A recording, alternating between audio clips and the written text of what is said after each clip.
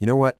There's something about war that nobody really talks about. Not the battles, not the strategies, but the moment when everything you believed, every single thing you were told about your enemy just shatters. I'm talking about Japanese soldiers in 1945 standing in American POW camps, staring at something so simple, so ordinary, that it completely broke their understanding of the world. Want to know what it was? Hot water. Yeah, you heard that right. Not bullets, not bombs, but showers. And what happened next? Well, it's something that haunted these men for the rest of their lives. So, hey, if you're new here, my name is Zybel, and welcome to Zybel Chronicles, where we dig into the stories that history tried to forget. Now, before we go any further, do me a favor, grab yourself some coffee, maybe some popcorn, settle in, because what I'm about to share with you, it's going to change how you think about war, about enemies, and about what really breaks a soldier's spirit.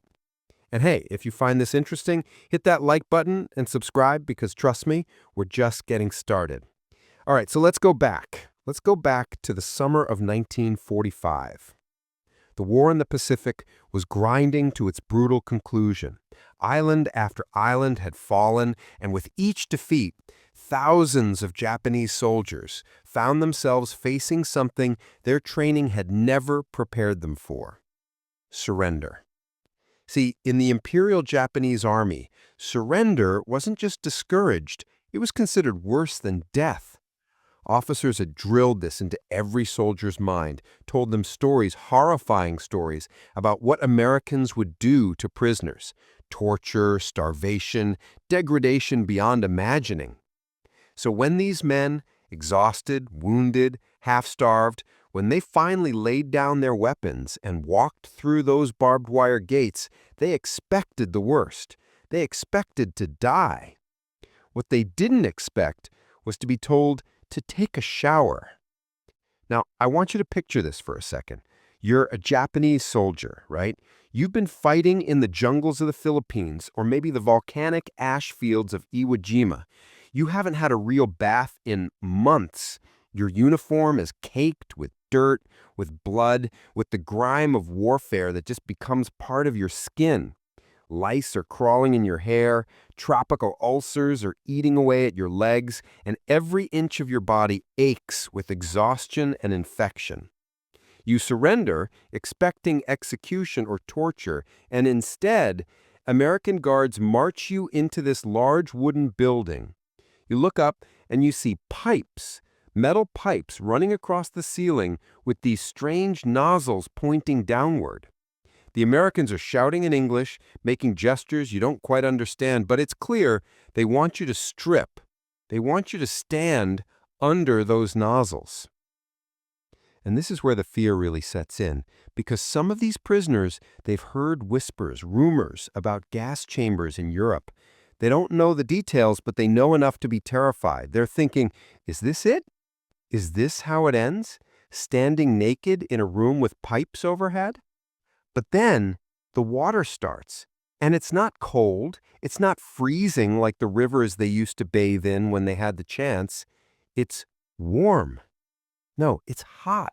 Steam rises, and suddenly this cascade of clean, hot water is pouring over their shoulders, running down their backs, washing away months, maybe years of accumulated filth. One prisoner later described it as the moment he thought he might actually be dead, that maybe he'd been killed in battle and this was some kind of afterlife, because nothing in his experience as a soldier had prepared him for this kind of comfort. From an enemy, no less. The Americans handed them soap, not the tiny, precious slivers they might have seen back in Japan, rationed carefully among dozens of men. No, real bars of soap, rough and chemical-smelling, but soap nonetheless.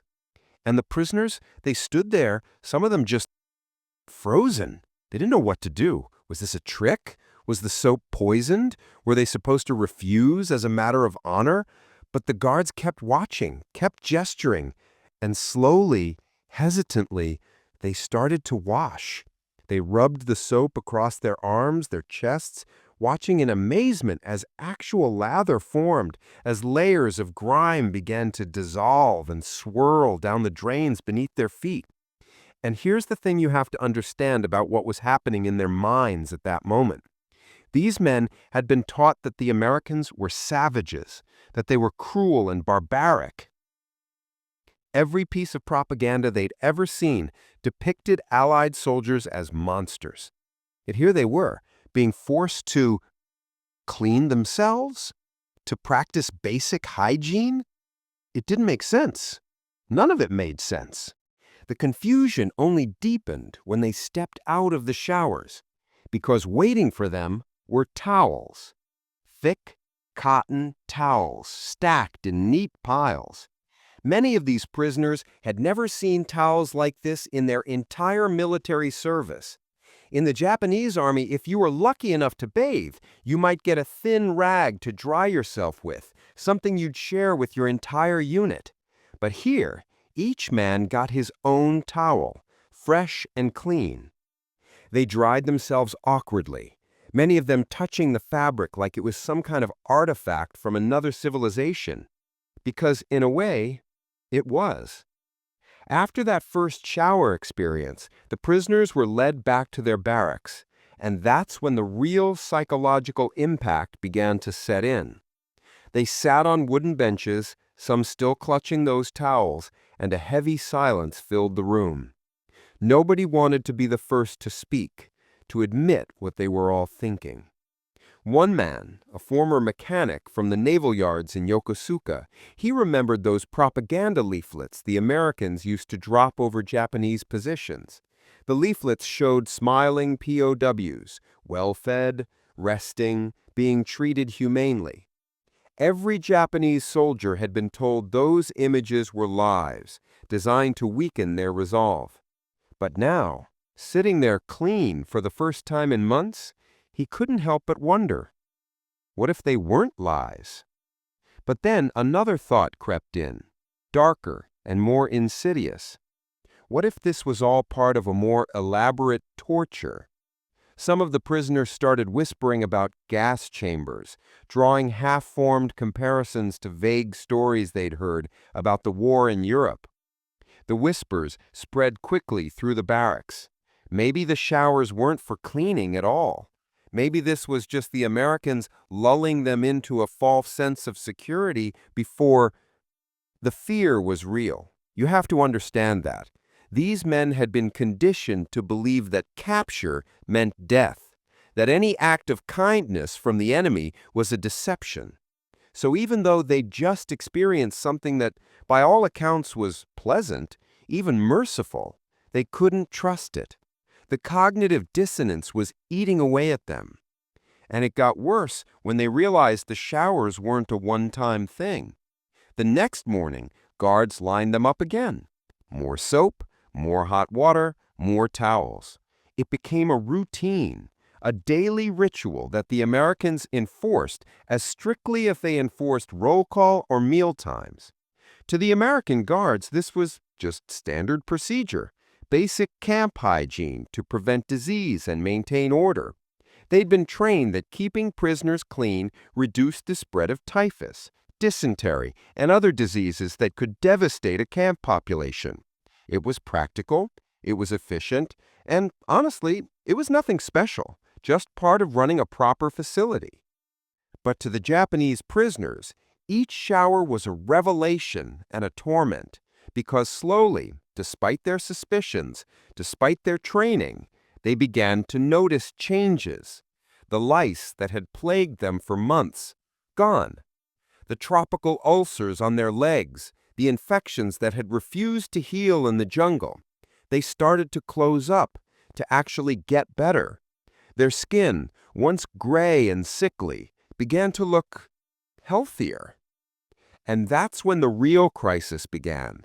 The crisis of understanding, because these men were being forced to confront a truth that their entire military indoctrination had denied, that cleanliness wasn't weakness, that basic hygiene wasn't a luxury but a necessity, that maybe, just maybe, Their own army had failed them in fundamental ways. You see, in the Imperial Japanese military, there was this culture of endurance, of suffering. Soldiers were taught to ignore discomfort, to embrace hardship as a badge of honor. To complain about being dirty or infested with lice was seen as unmanly, as weak. Real warriors endured. Real warriors didn't need comfort. But now these prisoners were discovering that their enemy operated under an entirely different philosophy. The Americans didn't see suffering as honorable. They saw it as inefficient. They didn't view cleanliness as softness. They viewed it as strength, as a way to maintain fighting capability and operational readiness. One prisoner, a sergeant who'd fought in the brutal campaign on Guadalcanal, he lay awake one night trying to reconcile what he was experiencing. He remembered his unit, 30 men sharing a single rusty basin of water, just rinsing their faces and hands because that's all there was.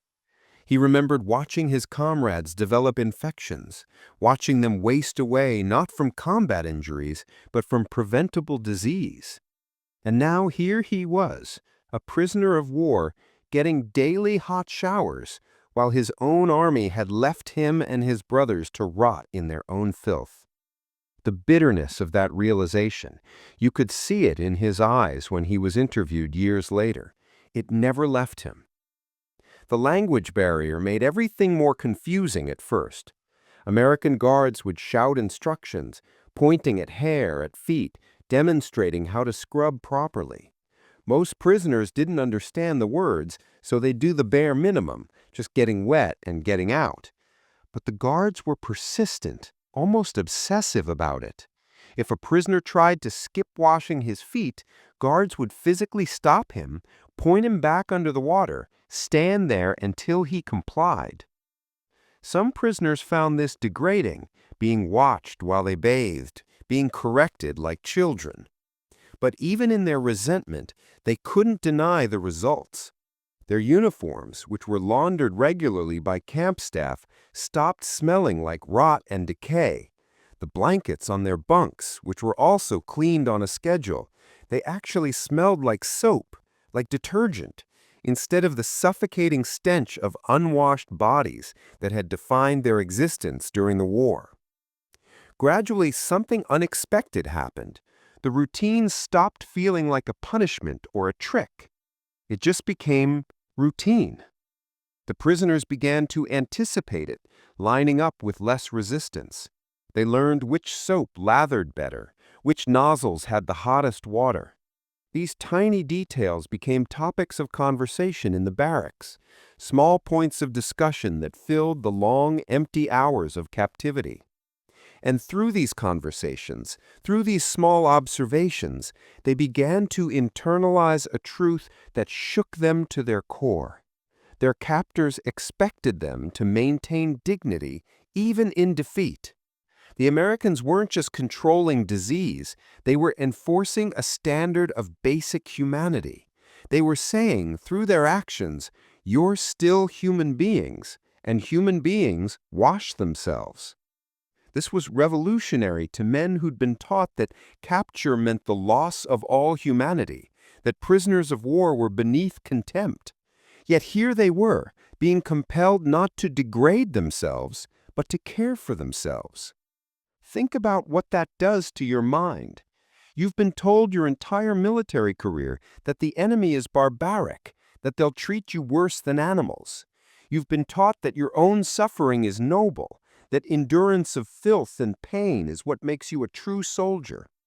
And then suddenly, you're in enemy hands, and they're insisting you be clean. They're providing you with resources, hot water, soap, towels, that your own army never did. How do you process that? How do you hold on to your beliefs about who's civilized and who's not, when the evidence in front of you contradicts everything you've been told? Some prisoners clung to their old beliefs, insisting that this was all psychological warfare, a way to soften them up, to break their will. Others, they started to see cracks in the propaganda they'd been fed. They started to ask quiet questions among themselves. If America had enough resources to give daily hot showers to prisoners, what did that say about American strength?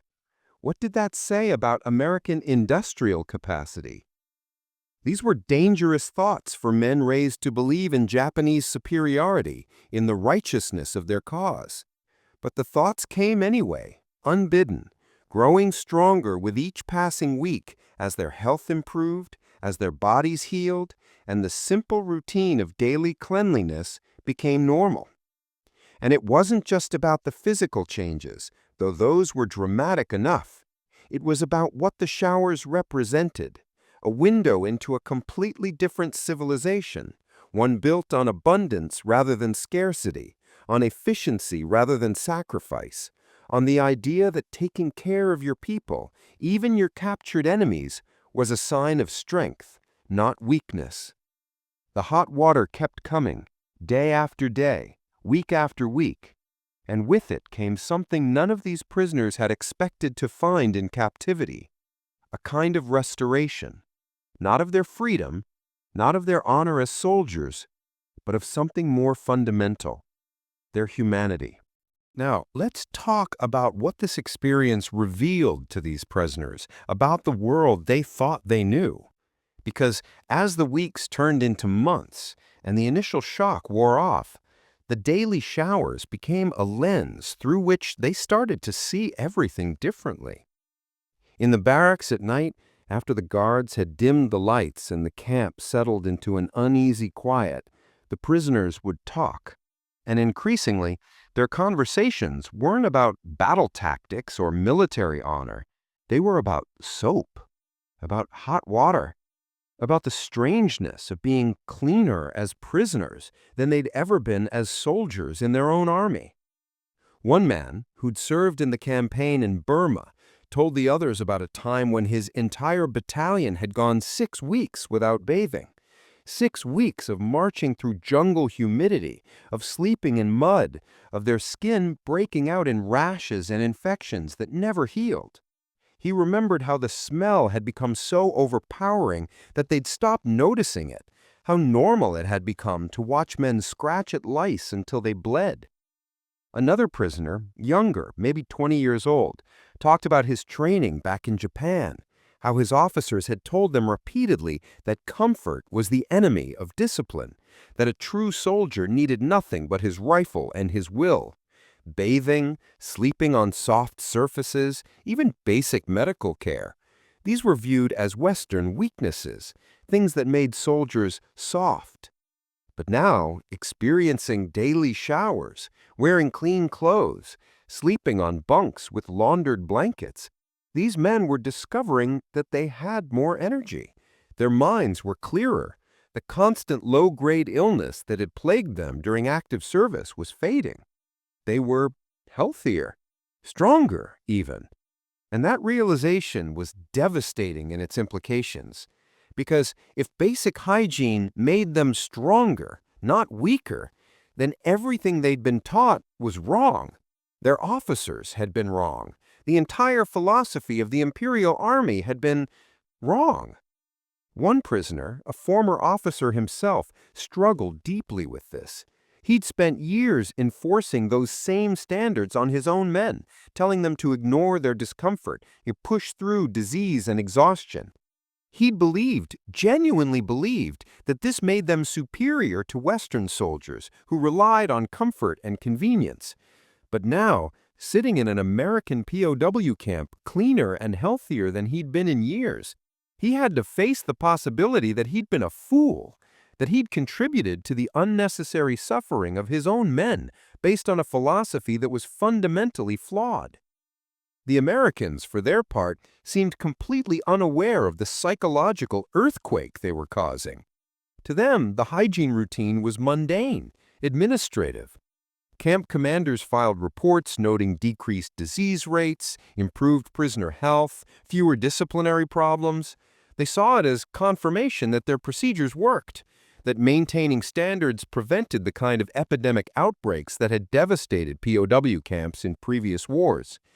But they didn't see what was happening in the prisoners' minds, the slow erosion of everything these men had believed about themselves, their country, and their enemy. Medical inspections became another source of revelation. American medics, armed with clipboards and basic medical supplies, would examine prisoners regularly.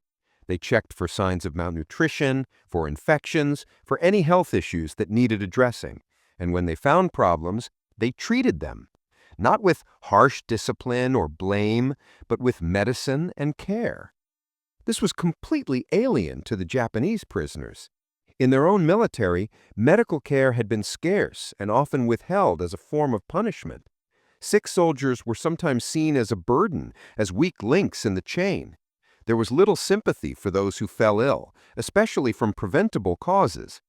But here, American medics treated health problems as problems to be solved, practically, efficiently, without moral judgment.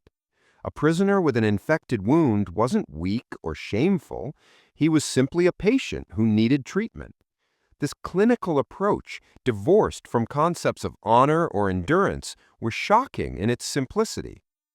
The delousing procedures were particularly memorable.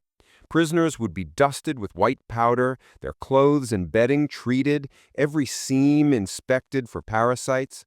The Americans approached this with almost obsessive thoroughness, understanding that a single mist infestation could spread through the entire camp. For the prisoners, watching this level of attention being paid to their well-being was confusing. They'd spent years being told that individual health didn't matter, that only the collective mission mattered. Personal suffering was expected, even celebrated. But the Americans seemed to believe the opposite, that maintaining individual health was essential to maintaining the collective. As autumn approached and the weather began to cool, the prisoners noticed another thing. The hot water didn't stop. They'd half expected that once summer ended, the showers would become cold, a return to the harsh conditions they were familiar with. But no, the Americans had heating systems. The water stayed warm, reliably, consistently warm. This consistency, this reliability, it spoke to something larger. These weren't temporary measures or lucky circumstances. This was infrastructure, systems built to maintain standards regardless of conditions. The prisoners began to understand that America's power wasn't just in its weapons or its factories, but in its ability to maintain complex systems that ensured basic standards of living. One prisoner, an engineer in civilian life, became almost obsessed with trying to figure out the plumbing system. How much fuel was required to heat that much water? How were the pipes maintained? What kind of industrial capacity allowed a country to provide hot showers not just to its own soldiers, but to thousands of prisoners in camps spread across multiple continents? These weren't just technical questions. They were questions about the fundamental nature of power. And the answers, when they thought them through, were humbling. America had so much industrial surplus, so much excess capacity, that it could afford to waste resources on the comfort of enemy prisoners. That level of abundance was beyond anything they'd imagined. The comparisons to their own experience became unavoidable. They remembered comrades who died not from bullets, but from diseases that could have been prevented with basic sanitation. They remembered field hospitals with no supplies, doctors who could do nothing but watch men die from infected wounds. They remembered a military machine that had worked its soldiers until they broke and then discarded them. And now they were experiencing the opposite. An enemy military machine that maintained their prisoners, that invested resources in keeping them healthy. Not out of kindness or mercy necessarily, but out of a practical understanding that healthy prisoners were easier to manage, less prone to disease outbreaks, more stable. But even if the motivation was practical rather than compassionate, the result was the same. These men were being treated better in captivity than they had been in service to their own country. That truth sat heavy in the barracks at night. Some men refused to acknowledge it. clinging to pride and old beliefs. Others let it sink in slowly, painfully, recognizing that they'd been part of a system that had failed them long before they'd ever become prisoners. The showers continued day after day, marking time in a strange way. Each session under that hot water was a reminder, a quiet evidence of everything that had changed in their understanding of the world. And as winter approached, as the war moved towards its inevitable conclusion, these Japanese prisoners found themselves in a peculiar position. They were defeated, they were captives, they had lost everything, but in some ways they gained something too. A painful but necessary education about the world beyond their propaganda, about the true nature of strength and civilization, about what it meant to value human life, even the lives of your enemies. The water kept flowing, hot and steady, washing away more than just dirt and disease. It was washing away old certainties, old beliefs, leaving these men cleaner in body, but more confused in spirit than they'd ever been. And that confusion, that questioning, it would stay with them long after the war ended, long after they returned home to a Japan that had been transformed by defeat. The memory of those showers, of that hot water and soap and unexpected dignity, it would haunt them, not as a trauma, but as a revelation they could never quite explain to those who hadn't experienced it. Now here's where the story takes an even deeper turn, because as the months wore on, something remarkable happened to these prisoners, something that went far beyond just getting clean. The routine that had once been imposed on them with military strictness, they began to embrace it, not because they were forced to, but because they started to understand it. Let me explain what I mean. After about 3 months of daily showers, regular medical checkups, clean clothes, and bedding, the prisoners started to notice they weren't just healthier. They felt more like themselves, more human. The constant discomfort that had defined their existence during the war, the itching, the pain, the exhaustion, it had lifted. And in its absence, they could think more clearly, reflect more deeply. Some of them began to take pride in their appearance again. They'd fold their uniforms carefully, keep their bunks neat, even attempt to maintain some personal grooming standards beyond what was required. This wasn't submission to their captors. This was something else, a reclaiming of self-respect. One prisoner, who'd been a school teacher before the war, started teaching others about hygiene, explaining in Japanese what the American medics had tried to communicate through translators. He talked about how disease spread, why regular washing mattered, how taking care of your body wasn't weakness, but wisdom. And men listened to him, because they'd seen the proof in their own recovered health. The Americans noticed these changes, though they didn't always understand their significance. Camp reports noted that Japanese prisoners were becoming more cooperative and showing improved morale. What the reports didn't capture was the internal revolution happening in these men's minds. They were connecting dots, making comparisons they'd never been allowed to make before. If America could afford to maintain such standards for prisoners, what about for its own citizens? What about for its soldiers? The stories they'd heard about American military life, once dismissed as propaganda, started to seem more plausible. Maybe American soldiers really did have regular showers, clean uniforms, adequate medical care. Maybe that wasn't a sign of weakness, but a source of strength. One evening, a group of prisoners were discussing what they'd seen of American guards. These weren't the savage brutes from propaganda posters. They were ordinary men, young men, many of them, who seemed well-fed, well-rested, adequately clothed. They complained about the food sometimes, but it was clear they expected certain standards. They took daily showers themselves, changed their uniforms regularly, had access to medical care for minor issues. And suddenly, it clicked for one of the prisoners. He said it out loud, almost in a whisper. "They treat themselves the same way they treat us. This isn't special. This is just normal for them." That observation spread through the barracks like electricity, because if that was true, if this level of care and hygiene was standard for Americans, not exceptional, then what did that say about the society that had produced them? What kind of country was wealthy enough, organized enough to make this normal?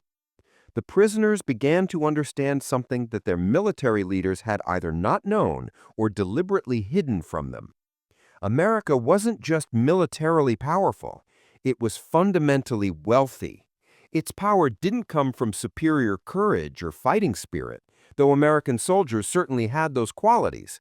Its power came from systems, from infrastructure, from an economy so productive that it could afford things Japanese soldiers couldn't even imagine. This realization was crushing for some, especially the older prisoners who'd invested their entire lives in believing Japanese superiority. They'd been taught that Japan's warrior spirit, its willingness to sacrifice, its ancient traditions, these things made it superior to materialistic Western nations.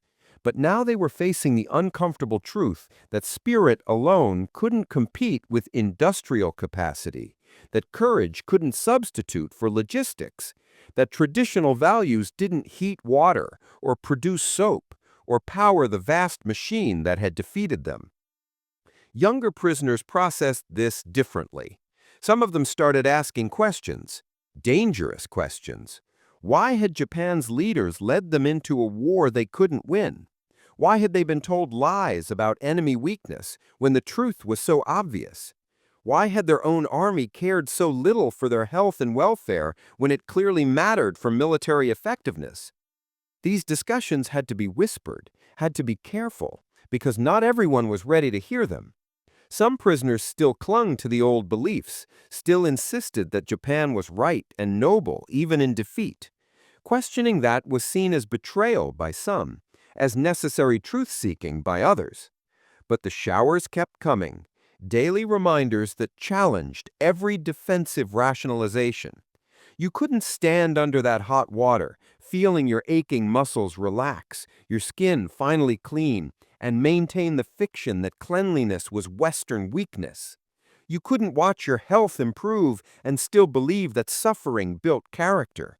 The evidence was too immediate, too physical to deny. These men were living proof that hygiene mattered, that basic care mattered, that treating humans with a baseline level of dignity made them stronger, not weaker. By the time winter fully set in, the transformation was complete for many prisoners.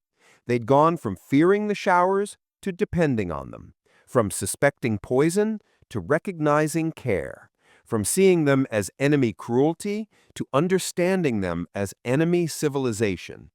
And that last shift, that transcendence that was most profound, because they'd started to see the Americans not as enemies, but as representatives of a different kind of society. A society that valued efficiency over sacrifice, practical results over symbolic gestures, the welfare of individuals as essential to collective strength. Some prisoners went further, beginning to question the entire basis of Japanese military culture. If the Bushido Code, the warrior spirit, the emphasis on endurance and suffering, if all of that had led to defeat by a nation that prioritized comfort and care, then what was the point? What had all their suffering accomplished? These were dangerous, heretical thoughts, but captivity provided a strange kind of freedom. The freedom to think thoughts that would have been impossible to voice in active service.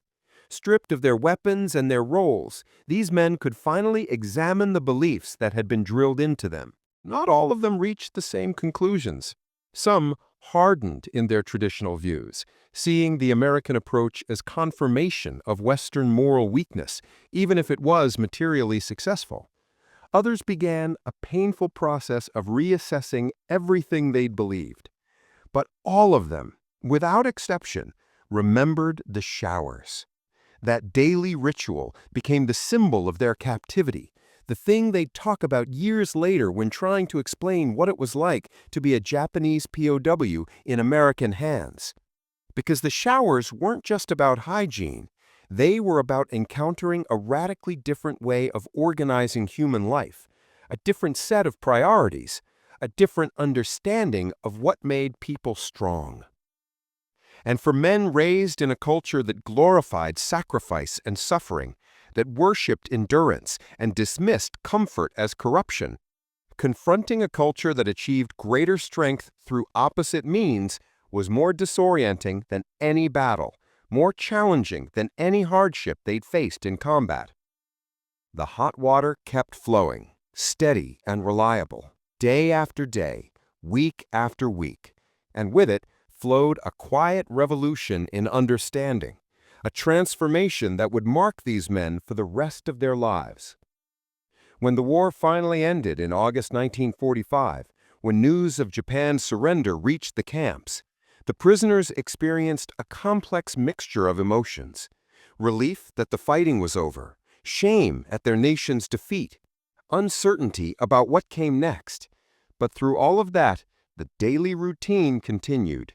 The showers kept running. It would be months before most of these men could return home, could see their families again, could try to rebuild their lives in a Japan that had been devastated by war and occupation. And when they did return, many of them found that explaining their experience was nearly impossible. How could you tell your wife, your parents, your children that the enemy had treated you better than your own army had? How could you explain that captivity had given you hot showers when active service had left you crawling with lice and disease? How could you make them understand that the Americans, the brutal savages of propaganda, had forced you to maintain standards of cleanliness and self-care that had saved your life? Some prisoners tried to share these experiences and were met with disbelief or anger. Others kept silent, carrying the memories privately, unsure how to process them even decades later.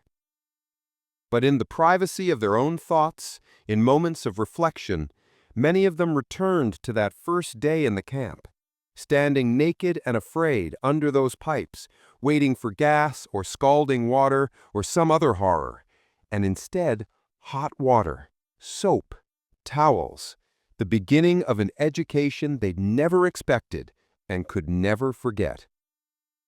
Years passed. The prisoners aged, became civilians again, raised families, built new lives. Japan transformed from a devastated nation into an economic powerhouse, embracing many of the values and systems that had once seemed so foreign in that American camp. Regular bathing became standard. Hygiene education became part of schools. The old military culture that glorified suffering gradually faded. And sometimes these former prisoners would see young Japanese people taking daily showers for granted, maintaining cleanliness as a normal part of life. And they'd remember what it had taken to learn that lesson, how they had had to be defeated and captured to discover something that should have been obvious all along. The historical record of these experiences exists in scattered interviews, in camp documents, in memoirs written decades after the war. Historians who study this period note how consistently former prisoners mention the showers, how that particular detail stuck with them more than many other aspects of captivity. It's become a small but significant footnote in the larger story of World War II, a reminder that sometimes the most profound impacts of war aren't on battlefields, but in quiet moments of revelation, in the discovery that your enemy is more human than you'd been told, that their strength comes from sources you'd been taught to dismiss. Those hot showers in those American POW camps, those simple, practical, efficient showers, they became agents of transformation, not through cruelty or punishment, but through an almost mundane insistence on basic human dignity and health.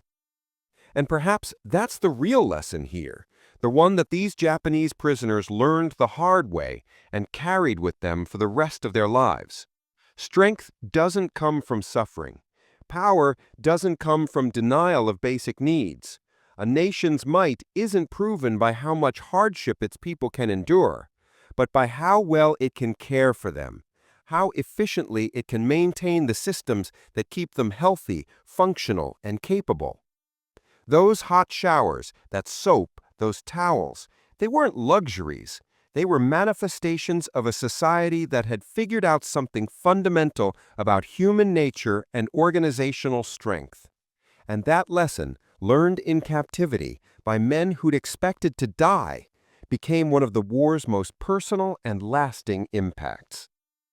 The prisoners who experienced this are mostly gone now, claimed by age and time, but their stories remain, preserved in archives and academic studies, testament to an unexpected chapter of the Pacific War. They remind us that sometimes the most powerful weapons aren't weapons at all, but systems and values and ways of treating human beings that reflect a different understanding of what makes people and nations truly strong. And it all started with something as simple as hot water, flowing from pipes in a prison camp, washing away not just the dirt and disease of war. So, if you found this story as fascinating as I did, and you want to explore more about the hidden truths of World War II, matter of fact, I've got a video about another weapon that changed warfare in ways people don't really understand. You can check that out next by clicking up here, and I'll catch you over there.